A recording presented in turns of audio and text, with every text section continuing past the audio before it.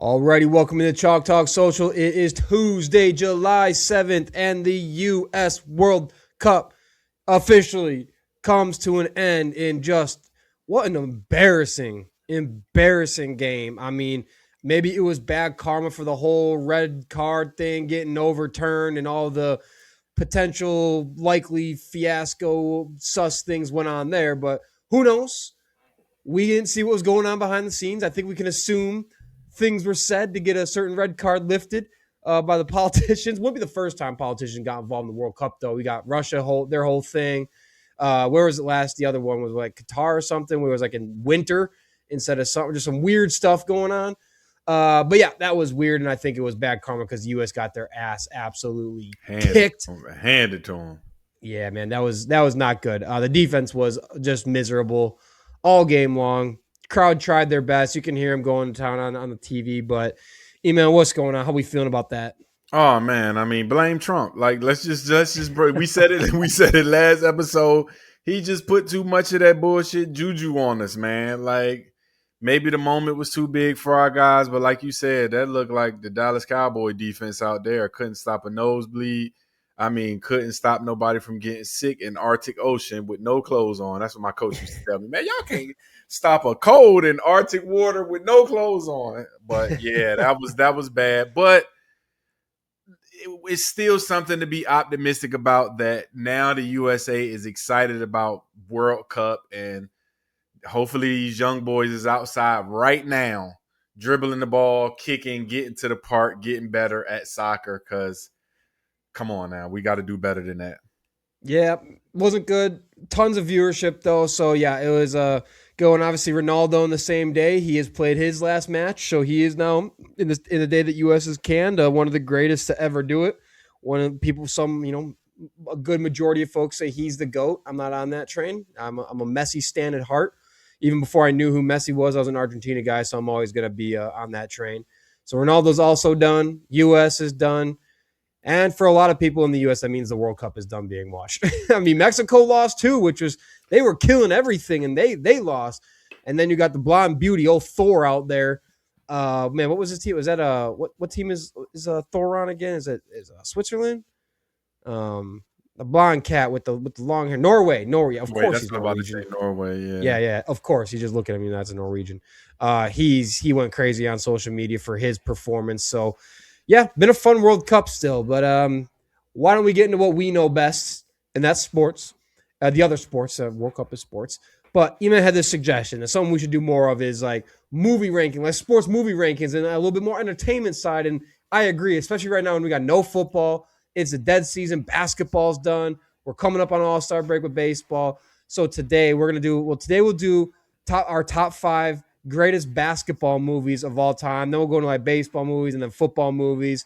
And I think maybe we just end it there because I think I've watched when I was looking on the list of like top 50 basketball movies. I was like, yeah, I think I've watched like 9 of these, maybe like Are 9. You serious? Wow. Maybe 10. But, I mean, the ones I've watched a lot. Okay. So, it was hard for me to choose. I've watched so many of them, but yeah. Oof. It was hard. I did have to sneak in an honorable mention because I couldn't really like land on my top 6 or my top 5. Mm-hmm. So I did get an honorable mention in there just to help out a little bit. But how about we do this? We'll kind of like go back and we can go. Let's start at your. Do you have an honorable mention? Do you got a 6, or do you want to start at your 5? Yeah, an honorable mention too. We can do honorable mention after our top 5. Yeah, I had to. Okay, after top 5. So let's count down from 5. And go from there. And I let me just, before we do this, let's check. I want to check my list, make sure I'm feeling really good about it. Yeah.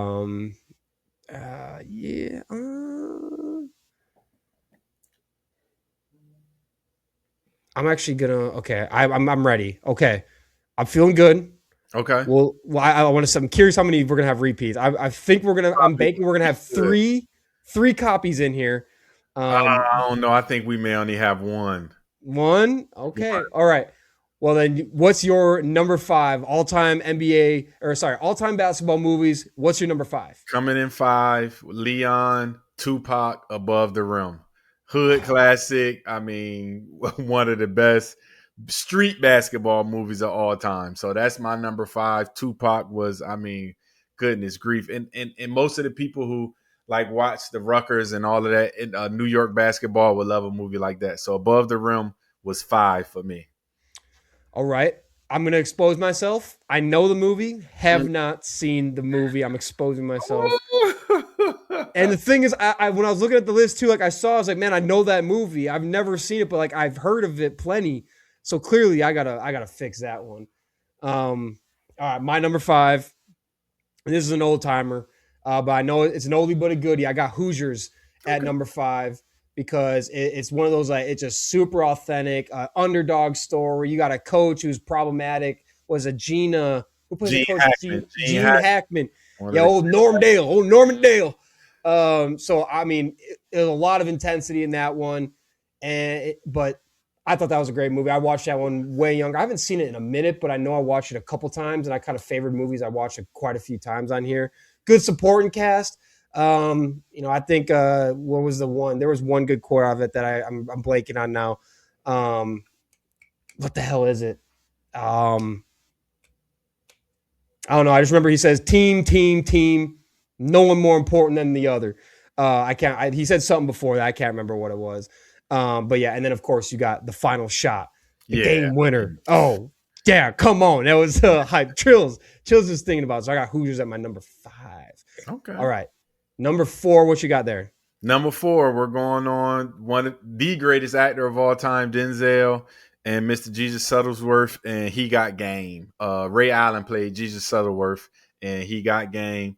Story about number 1 high school recruit trying to get his college decision. You know, they got his dad out of jail. I mean, Denzel killed that role. Ray Allen was actually pretty terrible actor in it. So, I mean, if you really look at it, you'd be like, oh my God, Ray Allen was terrible as an actor in it, but Denzel kind of carried that whole movie. So, yeah, He Got Game was number 4 on my list.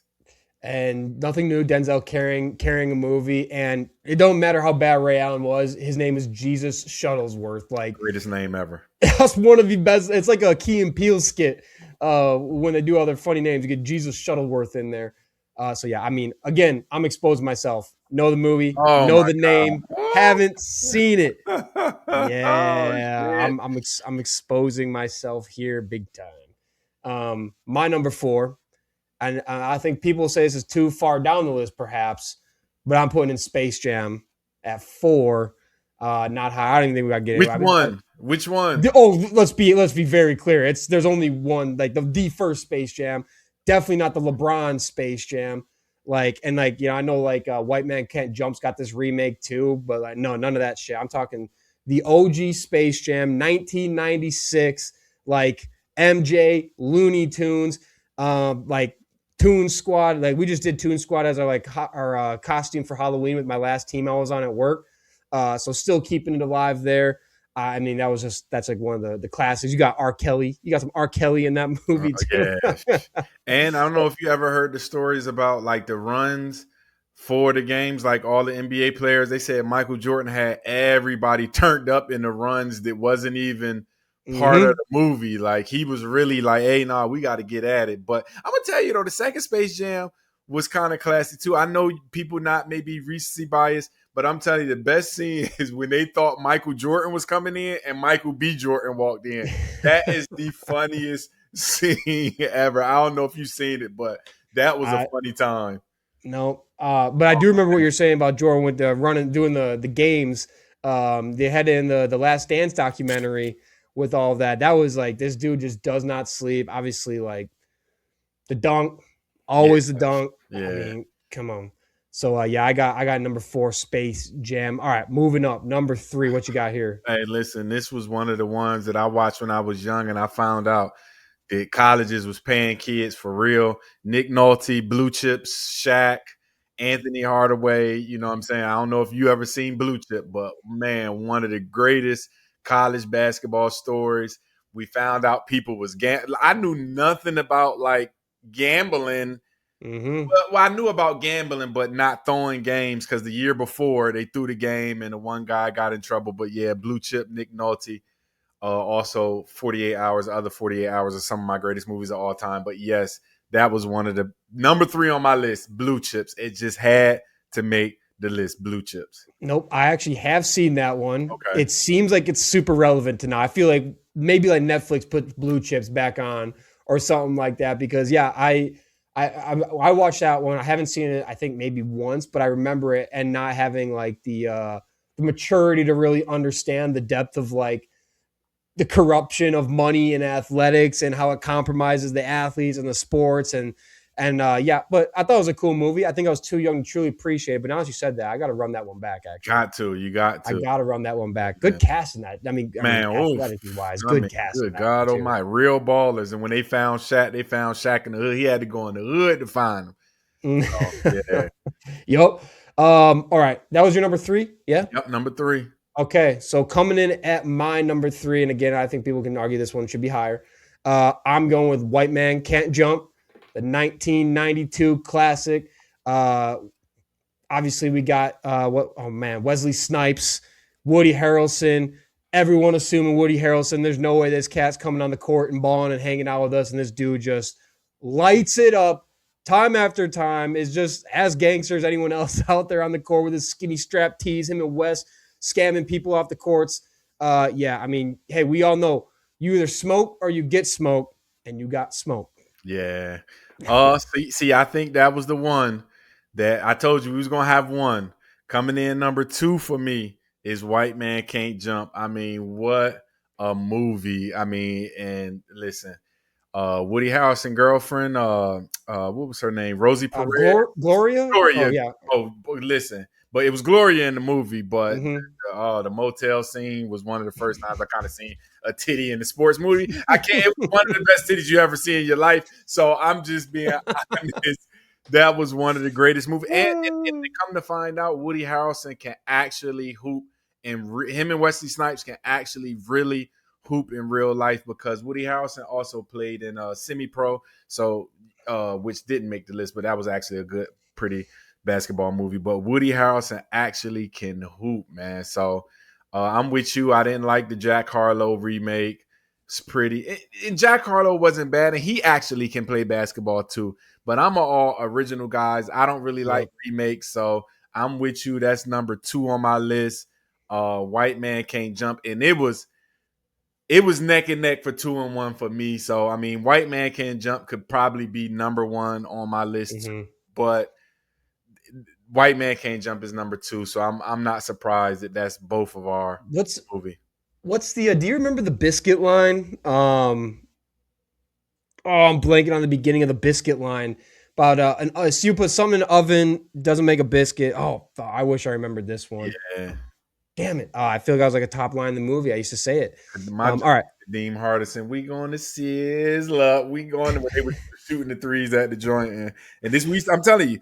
Hat up. Yep. Us wearing our hats like that for all the time in the 90s. So, yeah. It felt so authentic. Like that's what was awesome about the movie. Like it felt real. Like that just felt, it felt real. It didn't feel like you were really watching a movie even like when they were hooping and stuff and beefing up with people. All right.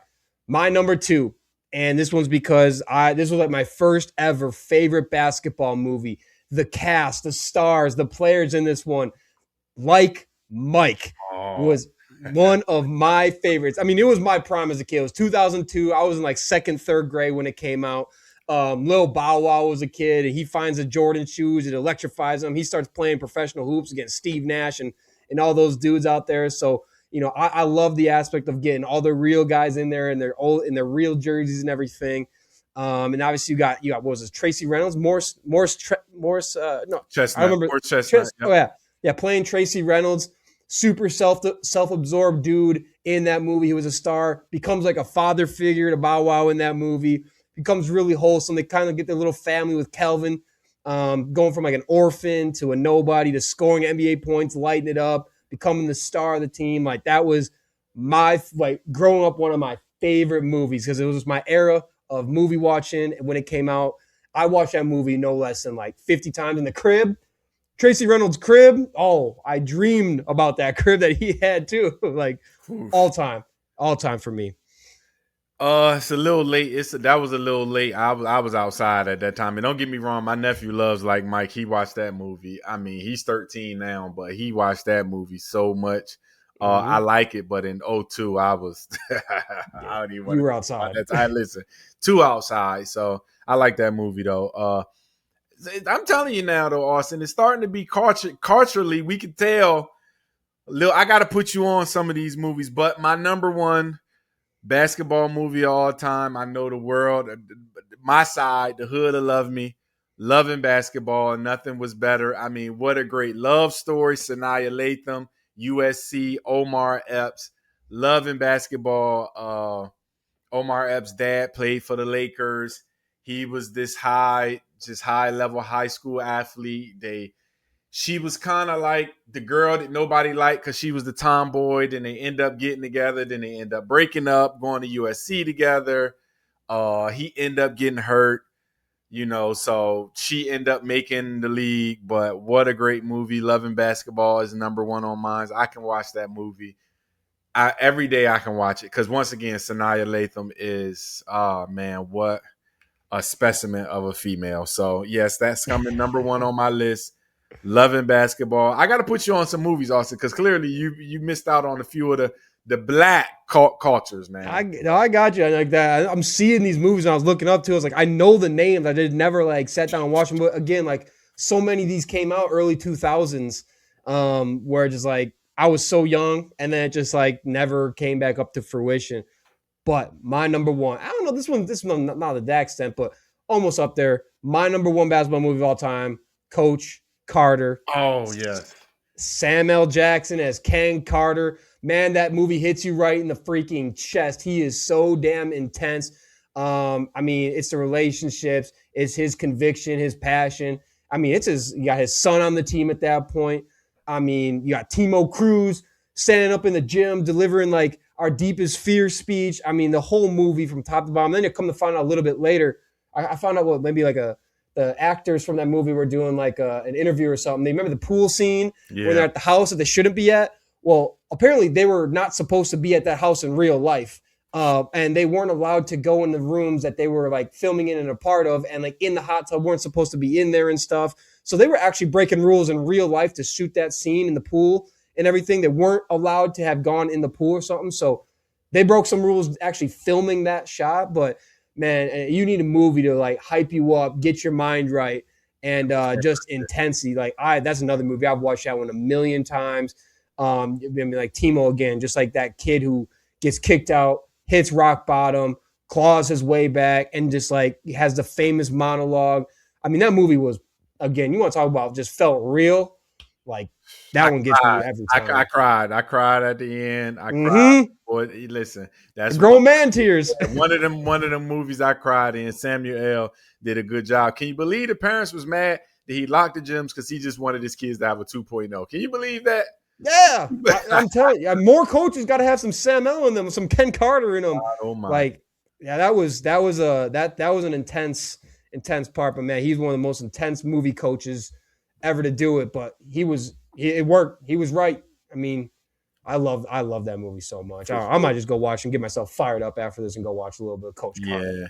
So actually, I had honorable mentions, and I had 3. Carter was one.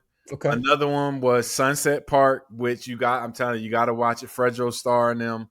Another hood kind of basketball movie, and it's a basketball movie that don't really end with winning. You got to watch it. He missed the game-winning shot at the end. Like that. Listen, and that what kills you in the movie. You're like, oh, shit, he missed it. And we talking about a guy that always hit the corner 3. He was their best jump shooter. Sunset Park. And the last honorable mention to me is just a comedy. Tommy Davidson and I can't remember the guy's name.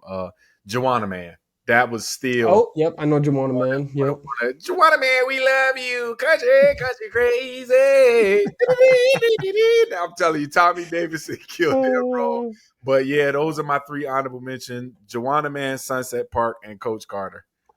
I had 3 honorable mentions. One that was above them. Air Bud was another classic of my time.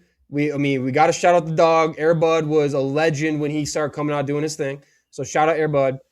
Second one, this one's actually really like maybe my most recent was Hustle. You seen that Hustle movie with Adam Sandler? Oh yeah. That was actually like pretty good. Yeah, it was nothing crazy, nothing fancy, but like that was a pretty damn good storyline through and through. They used a real NBA player. I can't remember his name, but role player type guy. So I like Hustle a lot. But my honorable mention into maybe this was the best comedy basketball movie ever. And you said it was Semi-Pro with Will Ferrell in it. Oh yeah, Coffee Black. I mean, yeah, dude. Jackie Moon, the kissing the ball, the underhand free throw, you name it, getting punched in the jejunum. Everybody love everybody. I'm gonna come at you like a spider monkey. You got Vakitis with the eye black starts dripping in their eyes, and they're just walking around blind. And you got the pastor on the sideline on the mic with what's his name, Will Arnett on the mic. I mean, what do they say? Jive Turkey was the line that got them all fired up in their poker game. That movie was absolutely hilarious. That's got to be, I would say Semi-Pro is maybe the best funny basketball movie of all time. For sure. I mean, Will Ferrell is one of the greatest just comedy guys ever. Didn't Anthony Edwards play a Hustle too? I think Anthony Edwards, when he was young, played. And I'm telling you, go back and look at it. That's the guy that he was going against. I can't remember the other guy that was the star of the joint, but Anthony Edwards was like the guy that he was trying to go against to make the team. But he was young at the time, so nobody kind of knew of Anthony Edwards that he was coming. He did. Yes. It wasn't Hustle. Yeah. Yeah. So, but yeah, listen, Semi-Pro was a great movie. Will Ferrell is one of my all time. Poor dogs, Jackie. Everybody fighting the bear. Anything to keep the Flint Tropics moving from the ABA to the NBA. The bear cage, the bear fight in the stadium. I mean, that I'm gonna have to go back and watch that one too. Like I love that one. Woody Harrelson again. Woody Harrelson in a couple of the best basketball movies of all time, and he was the old washed-up dude who comes together, brings that team together, coaches them up a little bit. I love Semi-Pro. Great all-time Halloween costume now too. On top of it, with the tropics uniform. All right, I think we'll be more closer on baseball movies. I think we'll have more on baseball movies when we come out. I think we'll do about 3 of the same movies on baseball movies. Yeah. We'll see. Basketball's definitely a lot. Yeah, I got you on the cultural part of it. Yeah, definitely a gap there, age and culture gap on that one. But I mean, the problem is I knew like 2 of them. I think just haven't seen them. I think I was too young, and just like I said, I just never came back around. But they're on my list. I promise. I will watch them. My wife loves those. Like she's down for those movies too. So we'll get back on it. Baseball is going to be pretty. Yeah, I already got my list. I can think of pretty. It's a lot of baseball movies too. Oh, I think I already know my number one. I got my number one locked. I'm excited about baseball. That's gonna be hard for me because it's gonna be hard, but I don't want to spoil it. But I know. Yeah, if I forget about it, I'm gonna be pissed. But all right, let's move into some NFL stuff now. To keep the show moving, keep it going with some divisional previews and predictions. Today we got the AFC South.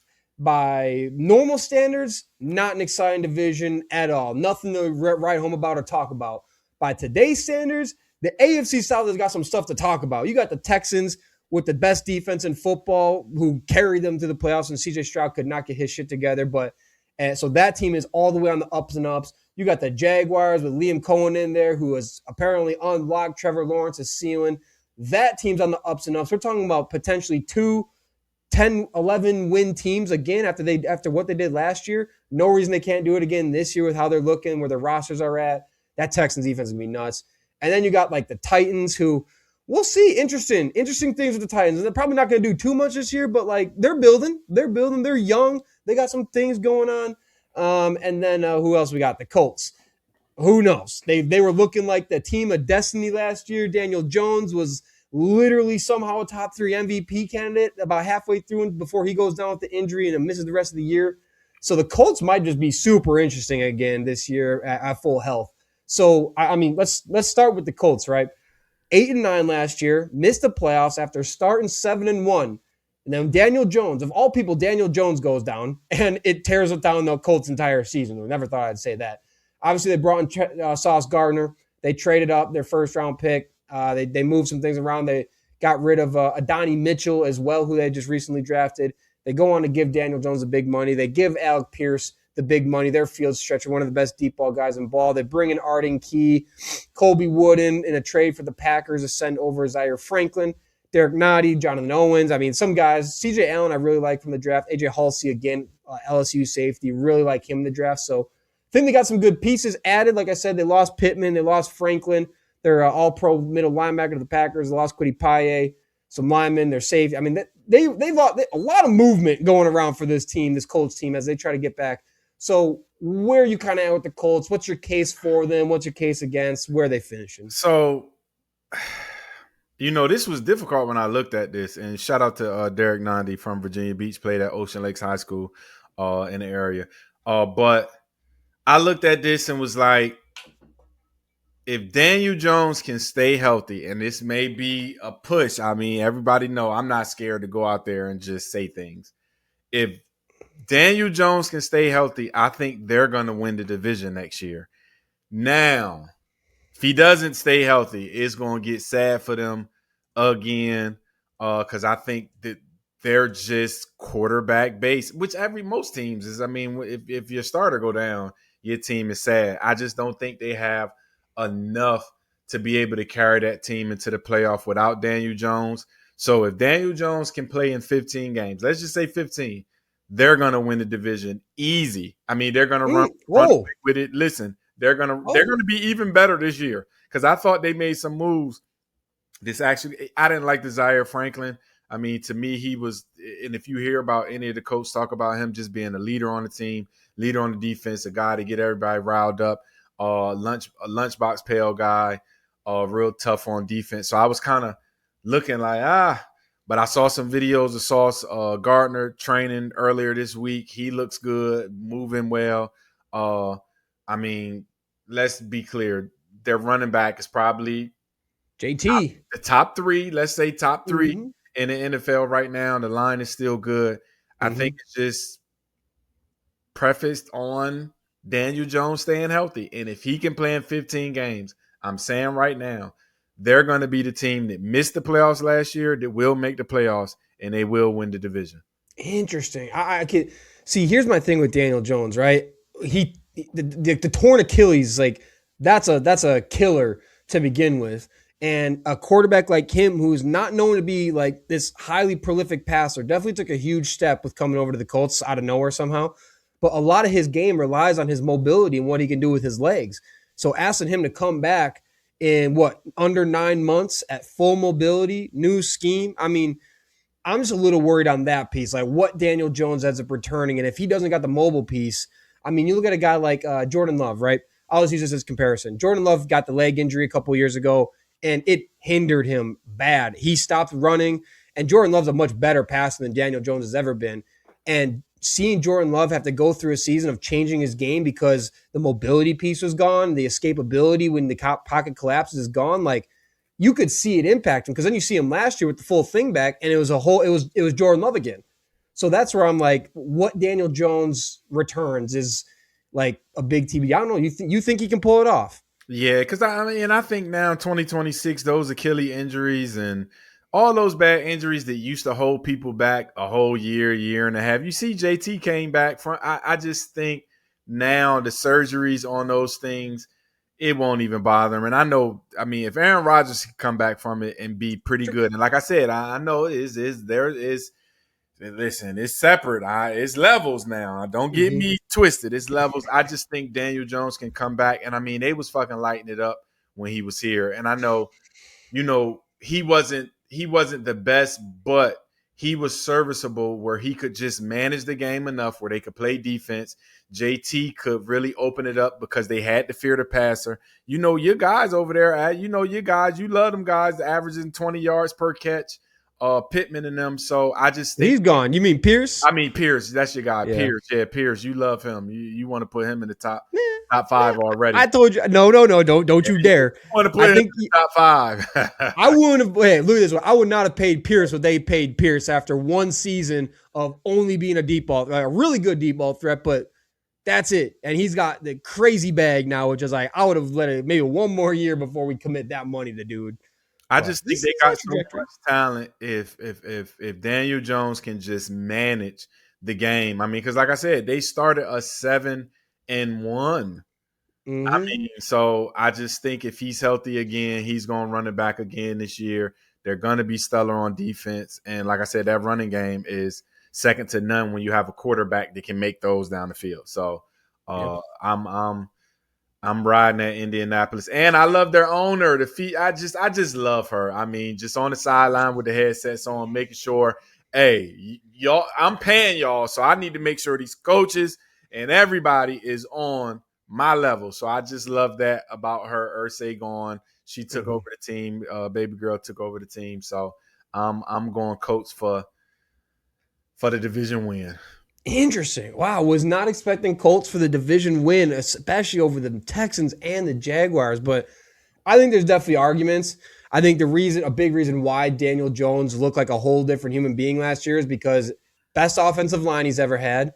He's got Jonathan Taylor behind him. I know he had like Saquon in New York, but he's got Jonathan Taylor behind him with one of the best O lines in football. And for a quarterback, that makes your life a whole hell of a lot easier. Now it will be interesting because obviously Michael Pittman's gone. That bumps Alec Pierce, who led the NFL in yards per catch in each of the last 2 seasons. He moves into like their wide receiver 1 role, which, again, love him as a deep threat. I don't know if he possesses the wide receiver 1 stuff like the wide receiver ones that you think of, Chase, Jefferson, JSN. He doesn't got the bag like these guys do, but he got the bag monetarily like these guys do for being a killer downfield. And it worked. The connection really worked. And they got a good secondary. I don't know what happened when Sauce came over. It wasn't clicking, but, Sauce Gardner, Travarius Ward, Cam Bynum. I know they lost Kenny Moore, and I know they lost Kenny Moore. I can't remember, but and he's nice. But, I think they got a really good secondary. I like Laiatu Latu, the defensive end that they ended up picking a couple years back. And, if Sauce Gardner returns to that all-pro form, he's still as young as it gets. Obviously, he lost his season to the injury as well. But we know there's an all-pro cornerback in there. Daniel Jones is a different human. And on top of that, I know, hey, any given Sunday, but the Colts, on paper, got one of the easier schedules in the NFL this season. So we'll see on it. I think there's reasons to say that, yep, they can definitely be a 9 to 10 win team again. Do I see them beating the Texans twice? No chance. The Jaguars twice? No chance. Maybe they beat them both once. Maybe. But those teams are so freaking good right now. They still got some gaps on the pass rush front. The offensive line, it was really good last year. There is some transition happening this year, so there's going to be a little bit of a new cast. And so, I don't know. We'll see. I'm not going as far as saying they're winning division, but I can go as far as saying if Daniel Jones returns to what he was doing, there's no reason why this team wins anything less than 9 games. I think that's kind of where I'm at with this. AFC South is going to be interesting. Why don't we go to the one team we know is not winning then? The Tennessee Titans sucked last year, but they brought in the bald crew now. They got Salah, Brian Dable, Gus Bradley, a whole bunch of shiny skulls leading this football team now. They brought in Wan'Dale Robinson. They draft Cardinal Tate. They trade for Jermaine Johnson. They get Jonathan Franklin Myers. They get Alontae Taylor and Cordell Flott. They made some moves. Nick Singleton in the 5th round out of Penn State. And they really only lost Tavondre Sweat when they made that trade for Jermaine Johnson. But they got the best defensive tackle in the league. Robert Saleh's defenses, no matter the team's success, his defenses have always been really freaking impressive. So you got to think that defense was, they're going to be a lot better.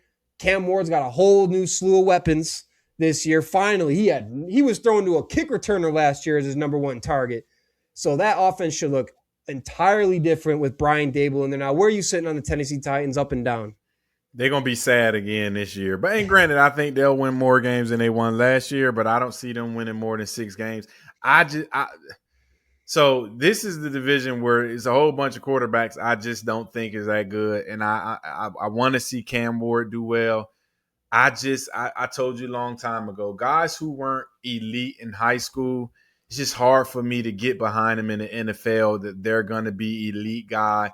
He had to go D2 to Washington State. So he had a late push as a quarterback, but when you weren't elite from day one, it's hard for me to grasp onto you. He got that low release. He's not that tall. And like I said, I want to see Cam Ward do well, but I cannot let my quarterback eyes deceive me. I just don't think he's I don't want to say, I just don't think he's a top 15 guy. So not yet. No. so I just think they're going to be sad again. They will have a good defense, but we just know if you do not have a quarterback in this league, man, it's going to be hard for you to win games. So I'll say they win 6 at the most. I'll challenge you on the Cam Ward thing. And this is not a comparison, but Aaron Rodgers started at Butte Community College before he went to Cal, and he had a lot of mechanical issues. It's not impossible. The less likely, I get what you're saying, less likely. But, I mean, he ain't going to ever be an Aaron Rodgers. But, I mean, there's another example of a guy who's... He went JUCO to Cal, though. That kid went to D2. Hey. D2. Yeah. D2, I mean, JUCO's lower than D2. I don't know. Back in and Aaron Rodgers wasn't even that guy was there to scout Aaron Rodgers' receiver and came away with Aaron Rodgers. Yeah, but that's what I say. Back in that days, a lot of elite guys was going JUCO because a lot of shit was going on. I don't know. I don't see it in Cam Ward. I don't like his release. Okay. I don't like he got happy feet in the pocket. I just don't see elite. So I just don't. Not yet, anyway. Yeah, not yet, and that's why. Wrong. Well, I was gonna say that's why I think getting Brian Daboll is really good for him.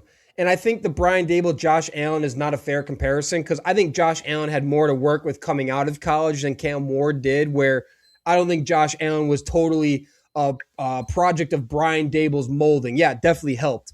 But I think Brian Daboll is going to help out a lot here with Cam Ward because Cam Ward showed some moments last year. And again, you got to think the offensive scheme was bad. The receivers were not good. Like Chimere DK, and I'm forgetting Cat out of Stanford. He's kind of nice. I'm blanking on Eric Aomanor. He ain't bad, but like DK and Aomanor, like these are not receiving threats in the NFL. So he didn't have a lot to work with. So, I mean, it's kind of like let's see it this year when you get Brian Daboll. Much less excuses for him, though. I mean, it is going to be, you got build connection with Tate and Wandale, but and Kelvin Ridley's coming back into the picture now, too. So they got legitimate weapons. And they got a legitimate coordinator who's had quite a bit of tremendous success. I still think the foundation is there for Cam Ward to be a really good quarterback.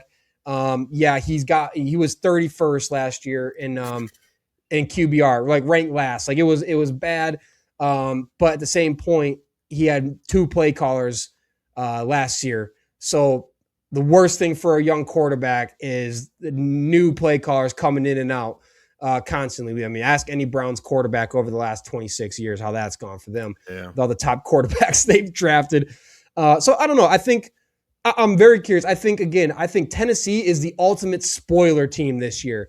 I think come late in season when they hit stride, those last like 6-7 weeks of the year, I think they're going to be able to spoil a team who's in a better spot than them and cost a team an important win that they go play Tennessee. They think they're going to win.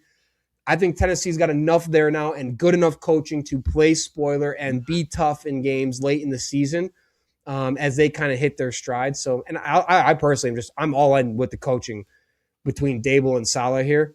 But yeah, there's definitely a lot of cases. I'm with you. I think it's still like 2 losers. You think 2 losers going to be able to get it done in Tennessee? Well, I mean, compared to what they had, it's a huge step forward. I just think people give Robert Saleh too much juice, and they give Brian Daboll too much juice. Yes, Brian Daboll can call the offense, but he's a loser. So, and Robert Saleh is a loser. I hate how all these guys lose and get another shot to be a loser again. Listen. I think Robert Saleh is cool as a D coordinator. You shown us what you are as a head coach. Yeah. No, I mean, fair. But to be fair, with the Jets, it was a terrible situation. The roster sucked. The offensive play calling sucked. It's a different situation. Again, Robert Saleh's defenses, even with the Jets, were really freaking good. Even when the Jets were losing, his unit did their job. And I think Daboll's probably the best OC. And now that Daboll doesn't got to work, because, yeah, you're right. As a head coach, wasn't working out how it needed to work out. He's maybe one of those guys who just needs to be a coordinator, like the Josh McDaniels of the world. As long as he's a coordinator, not actually a head coach, he can do some pretty damn good things. So I think that's this thing we're going to have to wait and see how that actually plays out. But I like the dynamic. I like the upside with this team. I still think, the over-under set at 6.5. I'm right there. I was going to say, I think it's a 6 or 7 win team who can spoil, and they can maybe grab two, maybe 3 wins in the division. Maybe realistically, probably 2. I bet you they beat the Colts once. And I bet you they beat the Jaguars, or if they don't beat the Jaguars once, they'll beat the Colts twice. That's just kind of where I sit with it. I don't know. I could be totally wrong, but I think they play spoiler at some part this season. That's if again, let's see if I think Ward's going to develop. I like where he's going. I think I'm a bigger Ward fan than you are, but I'm with you in the sense of you long are. way to go, long way to go, long way to go. But I don't know. He's got the pieces. It's hard to tell a young quarterback, hey, you're switching your coordinators a couple times mid-season, and also your best receiver is going to be a punt returner. So, and then your backup, your running back, you lose your backup running back all season, who is a great pass catcher, and you got Tony Pollard, who's fine, but he ain't no elite running back. And that offensive line is not elite by any standards either. So he kind of came into a not ideal situation where, I mean, it's hard for any young QB to thrive in what he was thrown into, but we'll see. I like what they did this offseason. I'm a big fan of what they did this offseason. I think Tate's going to be a dog. I think he's going to be so nice. I think he will be good. Will be good, but he's going to realize soon, I need another guy under center. Oh, come on. Oh, give him a chance. Give him a chance. Austin, listen, give him a chance. You look at elite number one guys, man. I mean, I know Peyton Manning when they first came in, but they weren't that bad. But they weren't that bad. Elway got benched. They weren't that bad. Elway got benched. Peyton Manning threw 26 interceptions, was it? They weren't that bad. I'm going to tell you 26 picks is bad. I don't know. I don't see it in Cam Ward. And like I said, I want to see him do well because I think he's a good kid. Like, I love his interviews. I just love his demeanor, but I don't see. I just don't see it. I don't see it. Okay, that's fair. We're gonna have to keep tracks on that one. I think he'll take the step. I think he'll take a big step forward. In fact, I mean, where do you put in terms of our next team? We got the Houston Texans coming off winning the wild card, smoking the Steelers because of that defense. They lost the division round in New England. They bring in David Montgomery to go along with Woody Henderson. I think of Woody Harrelson now. Yeah. With Woody Parks in the backfield. They got Wyatt Teller, a nice piece. They got Braden Smith, so they really did the offensive line. They got Reed Blankenship, a really good safety. And I kind of like what they're doing at receiver. Jaden Higgins started to blossom late last year with Nico Collins, and maybe we'll be seeing deep threat come back this year off the gruesome leg injury. Why am I blanking on his name? You know who I'm talking about now? Tank Dell Tank Dell. Yeah, we haven't seen that. It feels like forever since we've seen Tank Dell on a football field. You get him back. You got Jalen Noel out there. You draft offensive line early. This season's going to be predicated on Nick Caley and CJ Stroud getting on the same page and that offensive line pulling its weight, because that defense is going to remain top one in football. That offense is what is TBD. Will the run game get right? Will Nick Caley and CJ Stroud get on the same page? And will CJ Stroud get back to form? I already know what your answer is on that one. Hey, listen, Maya Angelou said a long time ago, when people show you who they are, you got to believe them. You have to believe them. I just don't. Listen, I think they have a Super Bowl defense that won't get worse this year. They'll be good. I'm off the CJ Stroud. He just looked way too bad. Ohio State quarterbacks never been good, so I'm going with the statistics. But he's shown me. He had a good rookie season, but he's just been bad ever since then. So I just can't believe that he's – and granted, he's got to do well this year if he want to get one of them big contracts. But these next two teams, their quarterback I just think they get too much sauce, too much dip on the chip for them, and they're not really good. I think Trevor Lawrence is a little bit better than CJ Stroud. But yeah, and like I said, I think they'll make the playoff just because that defense is ferocious. I'm talking about scary. Both of them two ends, you look at them in pads, out of pads, you scared when you come into that game. So I think that defense is a Super Bowl defense. I just do not believe in. I think this is the worst quarterback division in the NFL. I think this is the worst division in the totality from top to bottom. Yeah. I was going to say the AFC East has got some problems, but they also have Josh Allen and Drake May. And Malik Willis I like a lot. Malik Willis, I'm sure that would be a nice fit for the Titans. Would be a shame if they drafted Malik Willis and fumbled that bag entirely. Houston, they would win a Super Bowl. What's that? If Malik Willis was in Houston, they would win a Super Bowl. Man, that'd be sick. I mean, the run game would be a huge improvement, right? They were their rushing attack ranked 22nd in the NFL last year. Obviously, the whole Joe Mixon experiment did not work. They couldn't use Woody Marks how they're supposed to with more pass game involvement. I think you're going to see a huge step forward for their run game, and that'll help. And, a guy like CJ Stroud, any quarterback benefits when the run game's better. Any quarterback benefits when you invest in the O-line. The O-line's a little bit better. CJ Stroud, though, I don't see it as unreasonable to say he's got to prove it territory this year. There's no other way to put it. Feel what you feel about him. He's got moments. He's done this. He's done that. It's been too many straight years of CJ Stroud under-delivering now since that rookie year. He has got to prove it. And I know they picked up the fifth-year option. Shit, I'd pick up the fifth-year option and get a cheaper CJ Stroud in 2027 too. I ain't committing big dollars to him yet until I see something.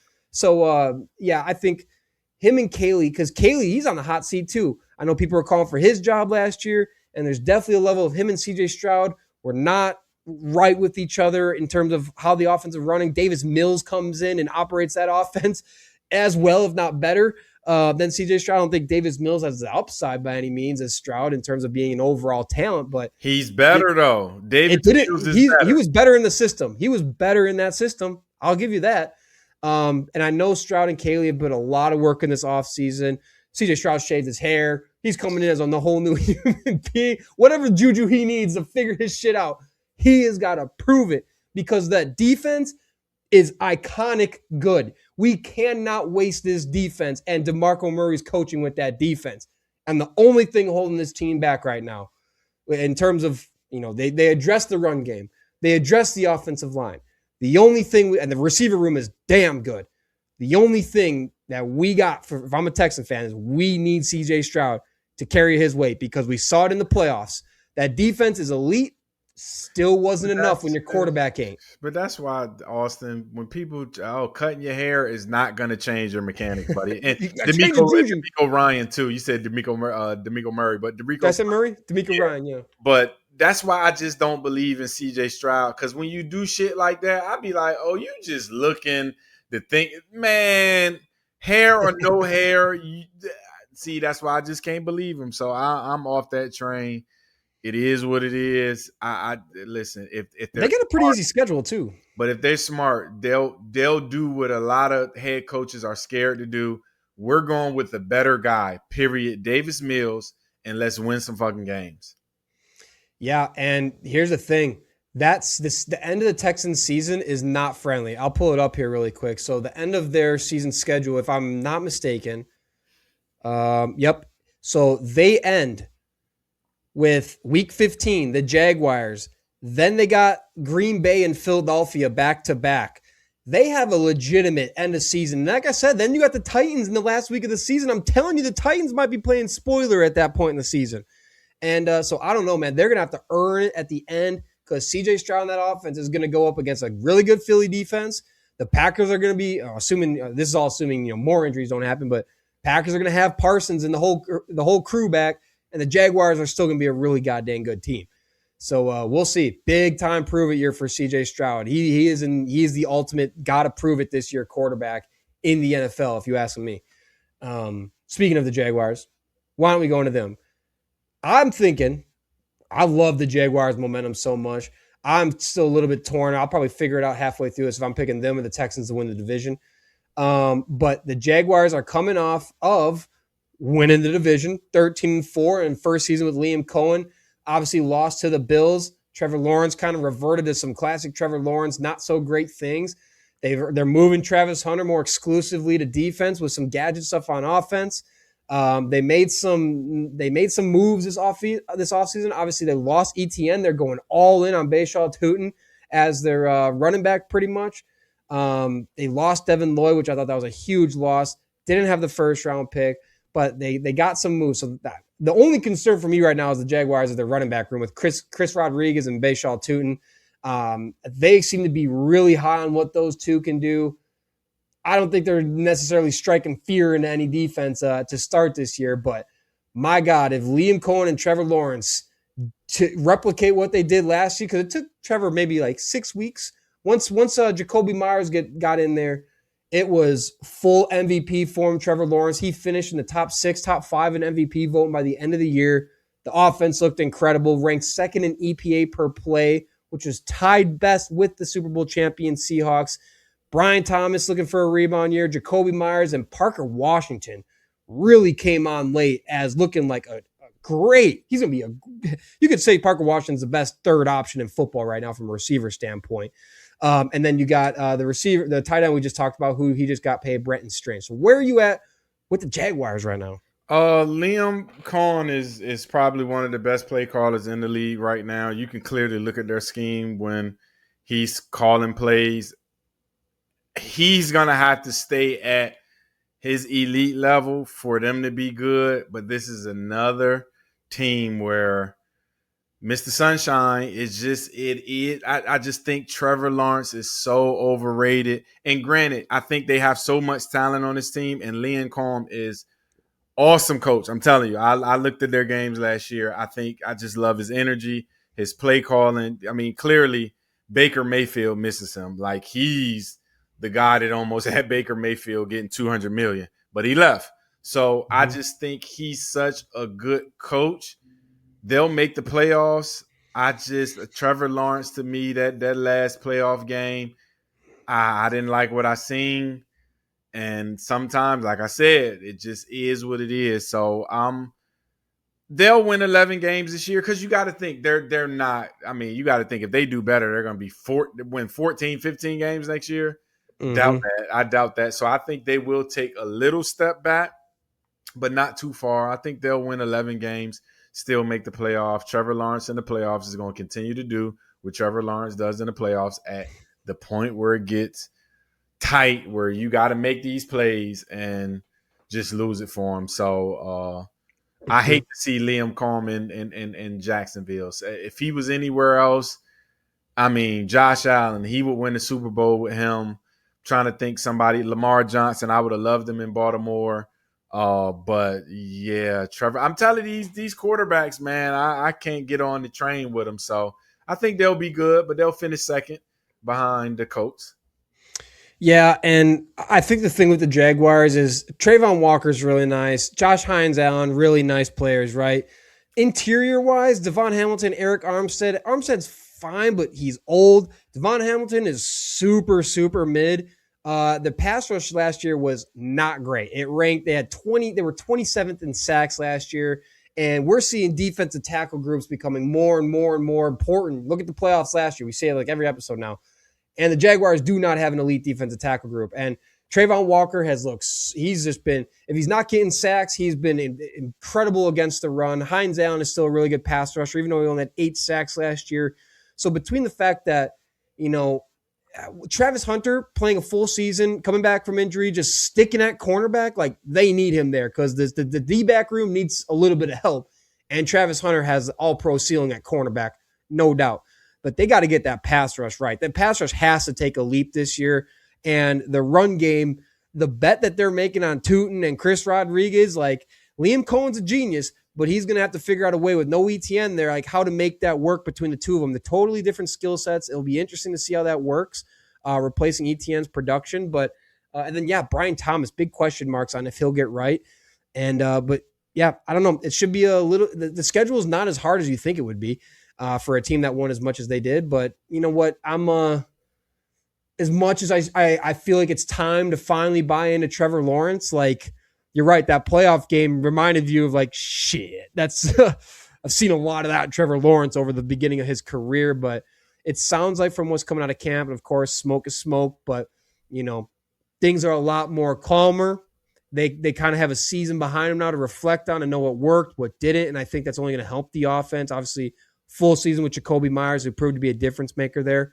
And I think really, really good group of pass catchers, especially if Brian Thomas can figure his shit out. If you want to talk about a guy who went from elite rookie year to fall off. Yeah, everybody was looking at him like he might have been better than Neighbors, but last year, it's like, where are you at? Yeah, he was scared to catch the football. Like, he was in like almost like trade talk conversation. It was so bad with him last year.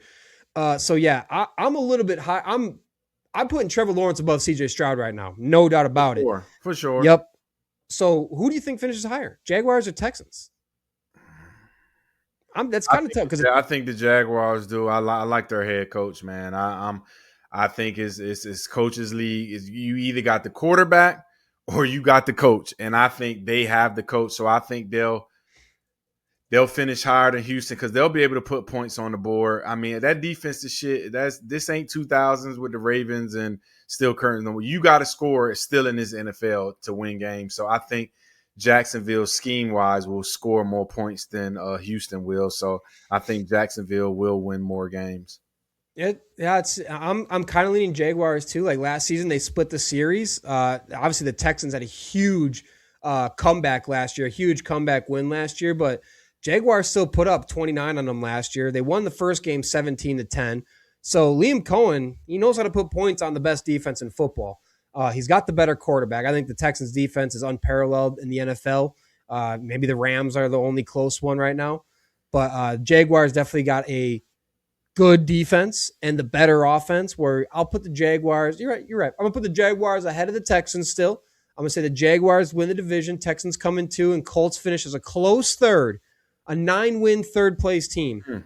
And then you got the Titans hanging at like 6-7 wins, but vastly improved. 7 is generous, boy. They going to go from 7. Woo. Maybe. 7, maybe. That's generous right there. I mean, the over-under's at 6.5. I don't think it's totally like, yeah, a lot of things would have to go right. I agree. A lot of things. Man, you better go under.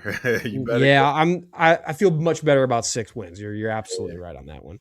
But yeah, Jaguars I want to see Travis Hunter full health, committed to cornerback, and how much of that difference that makes for this team.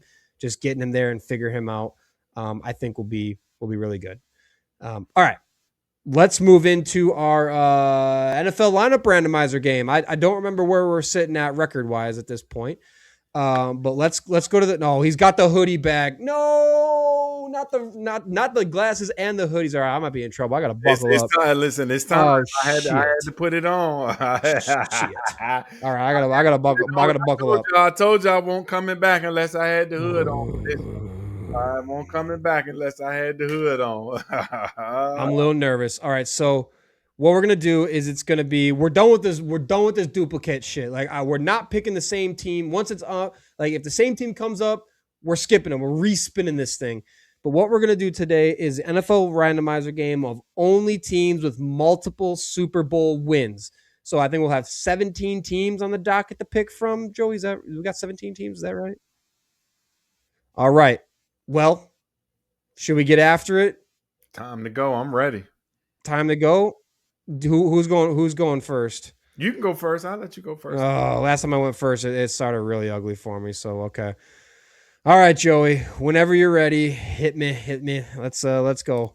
Man, Iman, I don't know if you've been seeing the comments. People got a lot of things to say about these randomizers, not understanding. Oh, Rams is a beautiful, beautiful start. Oh man, I feel like I can get so many places. I can go Marshall Faulk, Eric Dickerson, Todd Gurley, a lot of receivers. Go ahead and give me one of the originals. I'll take Eric Dickerson as my running back, my RB1. Give me Eric Dickerson. It's tough not to take Marshall Faulk. I love Marshall Faulk. Oh, 28 back in the day. With Dickerson. Would you take Dickerson over Faulk? Just out of curiosity. Yes. Okay. Yeah, I would too. Okay. Rams are going to respin that one. We're not doing this. Nice. All right. Next up for you, Iman, you got the Packers. So many good options. Yeah, but I got to be a quarterback guy. Let me get the greatest of all time, Aaron Rodgers. He can never be on the board, and I just pass him. I'm just being. Yeah. I tell anybody if he's ever on the board, I'm grabbing him. Aaron Rodgers. I feel that. Yep. Like we say it every time, the greatest thrower to ever throw the football. All right, next up, I got the Patriots. Well, I'm gonna combat that Aaron Rodgers with a Tom Brady. Woo! We got the greatest winner of all time. We got the greatest passer of all time. Oh man, that's the only thing I could have picked to combat Aaron Rodgers. All right, you got the Seahawks up next. Goodness grief!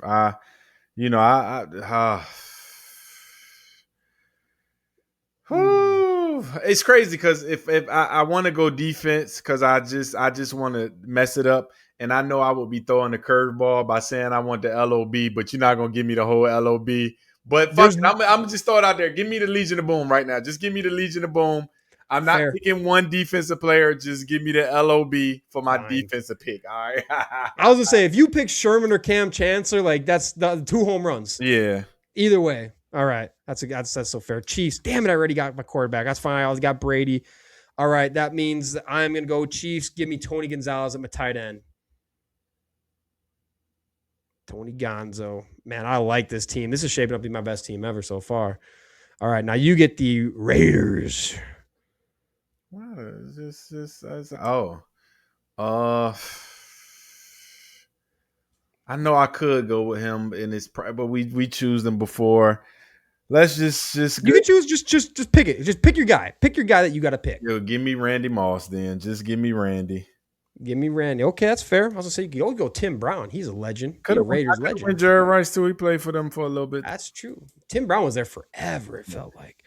All right, next up, we already got the Packers. Damn it. All right.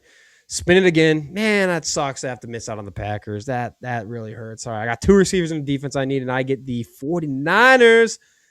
Jerry Rice, make these easy. My wide receiver 1. All right, next up. Oh, man, this is easily my best team ever. I'm Hall of Fame. Yeah, that's 4 for 4. I mean, these all Super Bowl teams, so they kind of you got the Steelers now. Yeah, what I need, a running back, a receiver, tight end. This ain't the tight end team.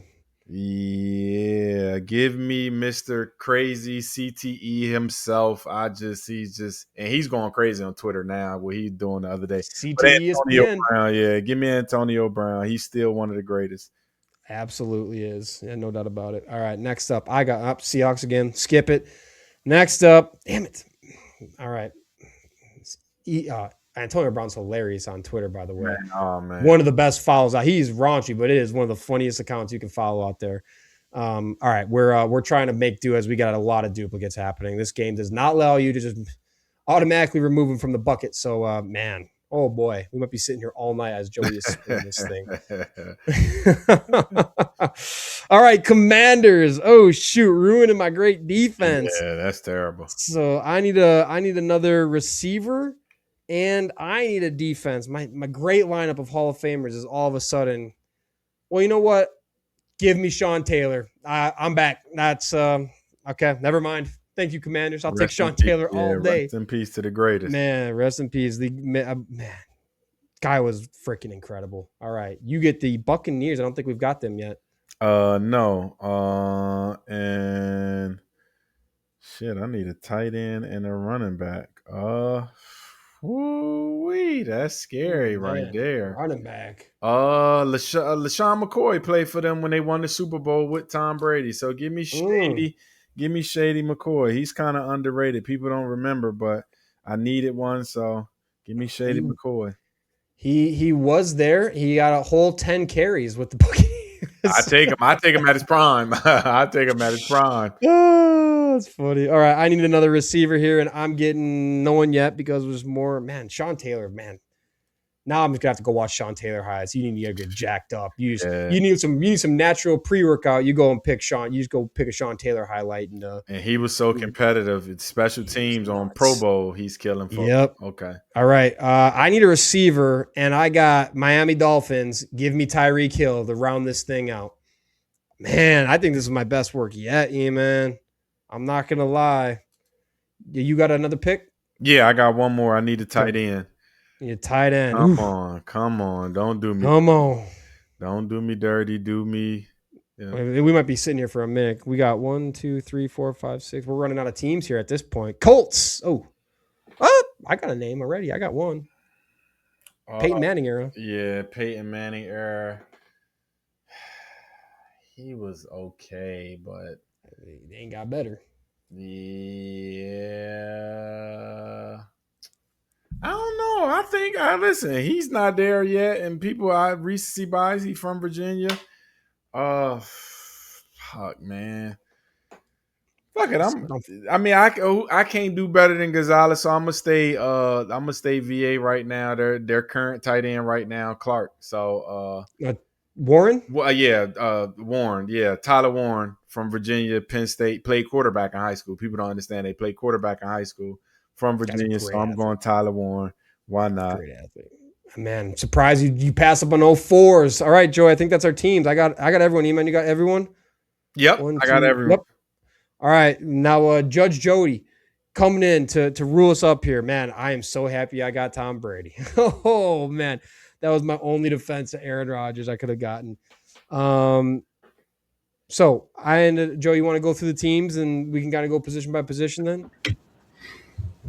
All right. So let's start with quarterback. Aaron Rodgers, Tom Brady.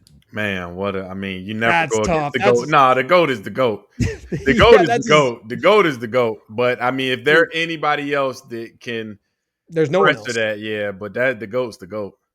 That's tough, man. You get Rodgers and damn. 1-2. All right. Let's go receiver. We got Eric Dickerson, Randy Moss. Wait, no, running back. Running back. Running back. Eric Dickerson and LaShawn McCoy. I mean, let's next. Yeah, that's an easy peasy. Dickerson 2K. Yeah, he's goated. All right, now receivers. Let's go with Jerry Rice, Randy Moss. I mean, this is like Brady Rodgers all over again. Greatest of all time.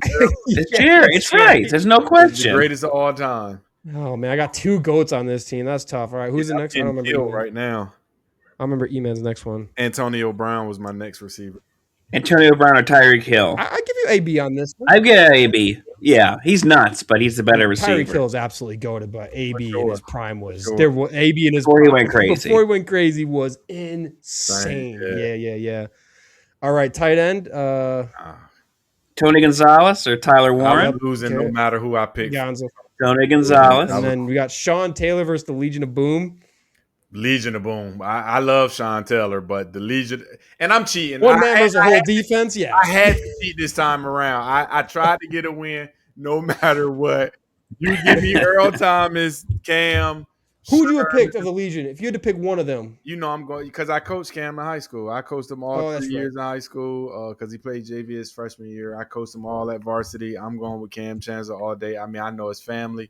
His nephew, Keandre Lambert, is playing for the Chargers. His other brother played for Oakland. Keenan Lambert played for Oakland for maybe a couple games. But I'm going with Cam Chancellor all day, every day. Sunday, twice on Sunday. Twice on Sunday. A lot like Sean Taylor. The guy is a hard-hitting motherfucker out on the field. He looking to take your head clean off. Yeah, I can't blame him. That Legion of Boom defense was the best. Woo! Was that fun defense? That may be one of the best secondaries ever assembled, if not the best secondary ever assembled. I don't know too many that was better though. I mean, I'm being honest. I would have. And if they give Marshawn Lynch the ball, they're 2-time Super Bowl champions. 2-time Super Bowl champions. And I think if they can keep the team together, they win even more. But it's hard once you win. People want to get their money after that. But, yeah, I mean, what was better? All right, well, pretty easy one here. I had a call. This is in Austin. Your top pick, I mean, you had back-to-back and 4 straight picks. Dickerson, Brady, Gonzalez, and Jerry Rice. You got no prayer against that. That's like an all-mat. When you go to all-mat team, it's just like you can't stand a chance. So we got a couple top 20 all-time players on that lineup. A couple top 5 all-time players on that lineup. I mean, I don't know. I think Jerry Rice and Tom Brady would be in everybody's top 5. Eric Dickerson might be up there. A lot of people's top 5 running backs all time. Should be talking shit if he's not. I mean, he had 2K. Yes. So I mean, when did he have? So was he before, or when did he get his? Was OJ was the first? I would say OJ was the first. Eric Dickerson got it in '84. It was his second year in the league. He got 2K after his rookie season. He had 18 freaking rushing touchdowns. I mean, guy is impeccable. Didn't let the football hit the ground either. We know he was carrying them pads and he had them goggles. Another dude is huge. I seen him in person at the Pro Bowl in 2011. He was just out there. I'm 6'3". He's my height. And I'm like, God damn, I didn't know Eric Dickerson was this tall. Big guy, man. I'm talking about he was old at the time. And I was like, they had to hit you? No way. Wow. 6'3", 220. Woo! I'm 6'3". He was looking me eye to eye when I was talking to him. Big ass hands too. Another guy with hands was huge, shoulders was wide. I mean, he was literally swallowing me up. If somebody was looking at us parallel, they wouldn't have seen me. And I'm 6'3", 190, and he swallowed me up. Pause. But yeah, he's a big human being. All right. Well, That makes it easier. So I think it's 4-1 Fuck and this 2 now. hoodie, man. This fucking hoodie. I gotta find something else to give me my mojo. Woo. Nephew's hat on. Maybe I should have kept Western Michigan hat on. Maybe I shouldn't have did that to my nephew's team. That's just a hard one to over because there's nothing you can do about that one. Sure. That's for sure. That's one of the ones you just lay down dead and just let it take you. You're along for the ride at this point. I lost once I said you can go first, so I guess that's what it was. Well, last time you let me go first, so I got kind of screwed. It was a bad one. So But this was much better. No duplicates. None of this back-to-back Falcons bullshit and stuff like that, man. All right, good. That's crazy. Good run on this one, Iman. We'll see you next time. We'll have to come up with maybe we'll start doing some like divisions, like only division like only pick from 4 teams. Definitely gonna be duplicates, but it might be interesting. We narrow down the scope a bunch. We might have to see what that looks like. Yeah. I like that. Before I hop off, I gotta show you guys because I didn't have it ready when you were talking basketball, but I gotta find it because I did find it. My Jackie Moon era. Wow. Oh my God. Halloween costumes. In high school and college, Dude. that was my go-to costume. Let's go, Yeah, that's Joey. Joey. That's crazy. That's good. I had my hair really long then, so I picked it out. Oh, so that's a real hair, ain't it? Mm-hmm. Perfect. It was longer, and I can't find the other one from like high school. It was like out to Crazy Town, but at least I found these on my that's golded. fun That Facebook. that might got to be one of our thumbnail, Joey. That's You fire, Joey. you wore that perfectly. If there was a costume contest, whatever you were doing, there's no way anybody else should have beaten you. That's It's my favorite costume. perfect. You nailed the look. I did Napoleon Dynamite for years That also because I had really long hair that I could pick out, and then I did Jackie Moon for my next you got phase. two So of the all time. it's my Shorter on the favorite. left though than the right though. Did you? I mean, was the left one was in high school and the other one was college, or you look? I forget, yeah, or it's just the angle of the poster. I zoomed in the other one, but That looks. But- You killed the look. That's you an all time. definitely I told you one of the best Halloween costumes in the game ever since that Yeah. movie dropped. I was like, I have that photo somewhere, digging through my photos as you're talking. That's So. One of the best looks. Yeah. Absolutely. Way to kill it, Joey. That's a good look. A great Halloween costume. I don't think I got anything like to that extent, but Sad to say, I grew up Muslim, so I never got to celebrate Halloween. And when I got older, I just was like, yeah, I don't want to celebrate get it. it with the kids this year. I don't have no kids. What? I thought you got some kids around. I got nieces and nephews. That's all. Yeah, that's it. Get on the streets with them. That's fine. I probably like the old guy in costume that I don't know on Halloween, Austin. That might not go well. Yeah, they may be like, oh, this the pedo guy. Let's get him off the street. Hey, that's some call the blue and red. All right. Wrapping it up real quick with some baseball talk because we're coming up on All-Star break now.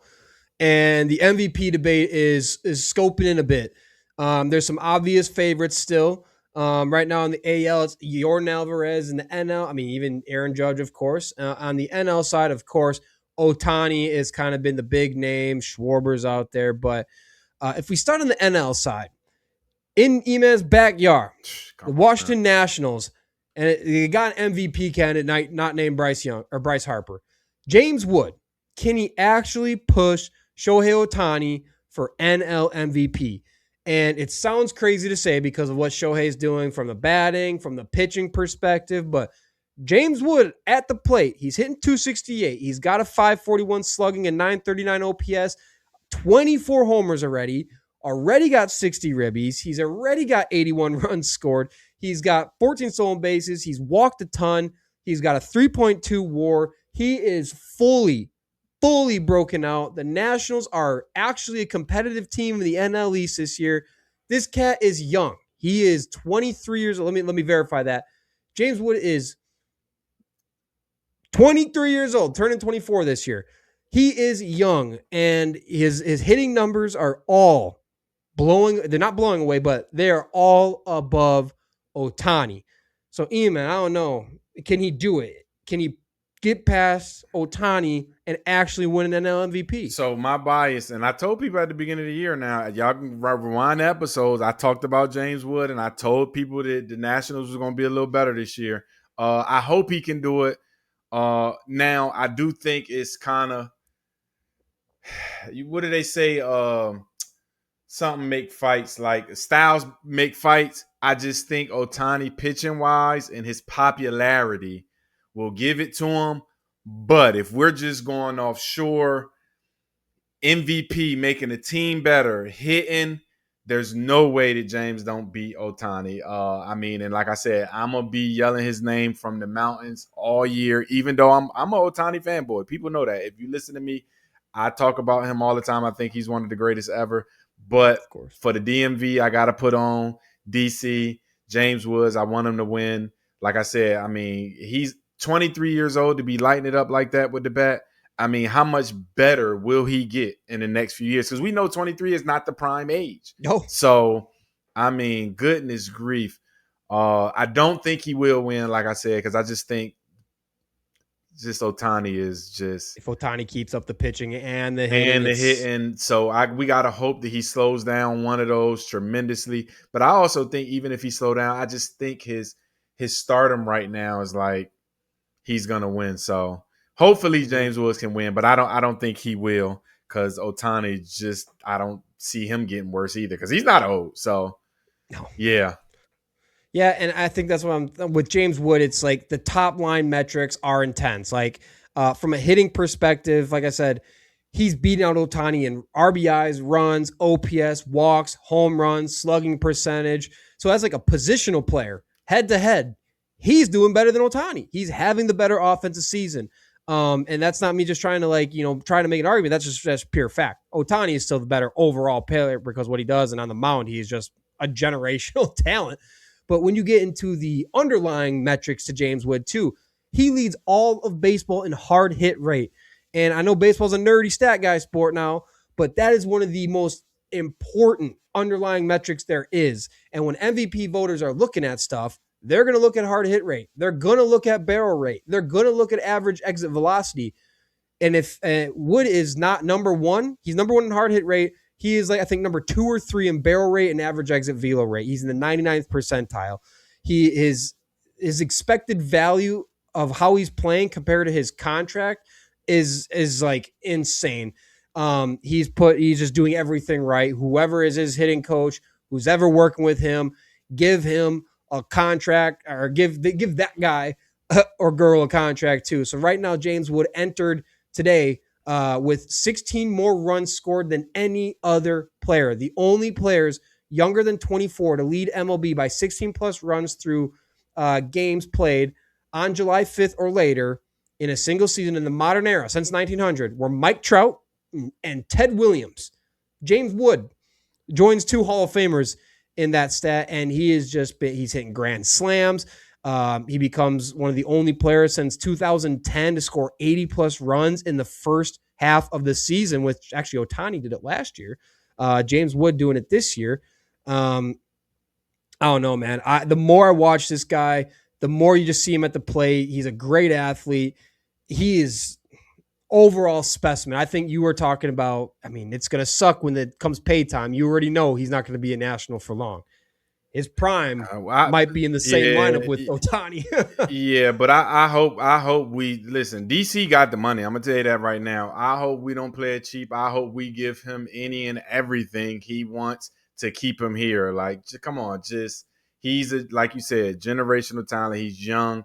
He's on his way up. Please just pay him, because DC got the money. If don't nobody else got the money, they can find the money. DC, everybody got money here. So all I do is go looking for money in DC. They go pickpocketing for money. Go see what you got out there. But all right, over to the AL side. It's getting interesting because you got guys like Junior Caminero on the Rays. You want to talk about more young dudes. This guy's also 23 years old.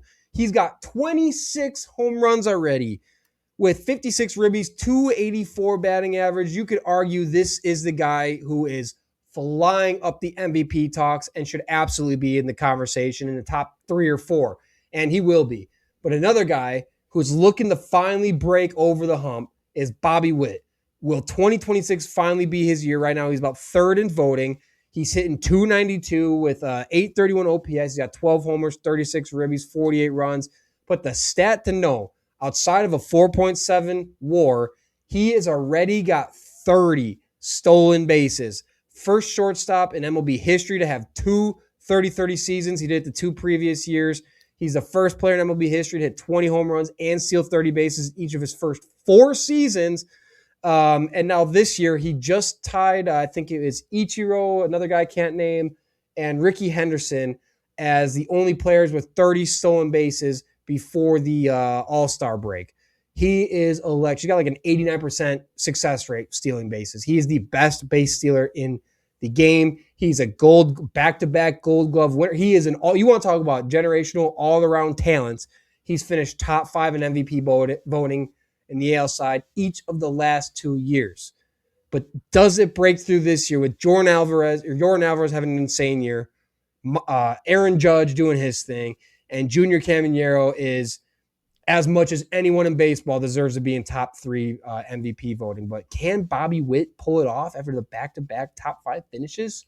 Do you think? I think so. I'm going with Bobby Witt. His game is more like my game outside of I couldn't hit worth shit. I'm going to be honest, Austin. I couldn't hit a beach ball. I can already see the game comparison. Yeah, I couldn't hit a beach ball, but I could run. That's one thing I could do. I was always fast. I played short and center, but I could if I was on base, it was going to be a long day for you because nobody was ever throwing me out. So I'm going with a guy who models like me, just steal bases. Like I said, I can't hit worth shit, but I'm going with Bobby Wilkes because I don't want to see Aaron Judge or none of these guys that I'm just tired of seeing the same names. And I think somebody that's been in the top 5 the past few years, come on, man, push this guy up to the front. Baseball need a new face. Baseball need a new name. So just come on. Don't do this to me this year. Even though last year I went for the big dumper and he didn't win. So this year, hopefully I can give Bobby Wilkes some juju so he can get the win this year. But he's gonna have to keep it up though. Now that's the only thing. You don't wanna start every time I start speaking to people, they start playing like some shit. So he got to be able to keep this up. But I mean, insane stats. Insane stats. And the problem with it is the Royals suck. They're so far back, and that's probably gonna hold them back, right? But he is the sole thing offensively carrying the Royals for the most part. He is carrying the Royals right now. He's been incredible on defense and the most important part of the defense. He's got the Gold Gloves, and he's doing everything. He's got the highest WAR, like I said, in the American League. And if he's on a winning team, I think it's much less of a debate. He doesn't have the home run pop. And honestly, like you said, I'm sick of the names. I want to see it come down to Bobby Witt versus Junior Caminero. Caminero's on the Rays, who's just dominating. As of July 5th, in Caminero's last 11 games, he had 17 hits, 11 home runs, and 22 ribbies. He had a stretch of 6 straight games with a dinger. Like, this dude is just crushed. And one of them taters was freaking 463 feet. This guy is on a generational run. He homered 10 times in 10 games. Like, again, another 23-year-old tearing up baseball. I think the AL, the face of the AL, is got to start running through Bobby Witt, Junior Caminero. I want the AL race to come down to one of those two. I think because of how much the Royals suck, Witt stands no choice. But you look at it, he is truly carrying that team. He's the best player on an unfortunately. It's like Myles Garrett. That's my Bobby Witt comparison. You got this otherworldly talent on an absolutely garbage team, putting up numbers that very few players can put up, and it's not going to matter when it comes to MVP voting because of the situation. And you got other elite players on more winning teams that are going to kind of way heavier because the stats won't be that vastly in terms of electrifying, terribly different. But I want to see Bobby get over the hump, but I think he's gonna have to get out of Kansas City to do it first. So yeah, and I'm saying he won't do it. I don't think he's gonna do it with how bad Kansas City is. And I was sitting there looking like he would have to break the stolen base record, but I looked at that like there's no way he's getting. I mean, because in the modern era, Ricky Henderson 130, that's insane for a fucking season. And the all-time is Hughes Nichols is 138 in 1887, which I got to give it to him. But hey, that's honestly, if he get over 130 though, I mean, he's gonna have to go on the generational run. But goodness grief, to think he's go 130 in a year is crazy. It's painful to think about. That is the best base. And yeah, I mean, Bobby Witt starting shortstop in for the AL in the All-Star game. Junior Caminero back-to-back starting third baseman for AL. And again, we're talking about a 23-year-old. I think if I'm a betting man, Iman, I know you got some bets. I will go put some money on Junior Caminero to win AL MVP. Do it today because that number is not getting more favorable as time is going on. Yeah, okay. I'm going to do that. And see, I like all these young guys starting to – I just think baseball to keep growing, which baseball is always going to be popular, but I love to just see the new guys, James Woods, these guys, 23 years old, coming up, new faces in the league. I mean, and granted, we like the superstars, but give us some more superstars. You're seeing them. They're blossoming right in front of us. And, I think Caminero is another guy who might be seeing his best years in a different uni. If the Rays, they were smart, they give him the world. The 23 and doing what he's doing. He's been so good up until this point. Bobby Witt, man, you just got to get on a serious team, my brother. And that will push you over the MVP edge because your talent is MVP. But when you're on a team who's 11, 12, 13, 14 games out of first place, good luck. Again, Myles Garrett had as much argument to win MVP last year in the NFL, but he was on the freaking Browns and they were useless. So yeah, I'm out on Bobby Witt winning MVP this year. I'm in on Junior Caminero winning MVP this year. But we're running long. I think that's another episode.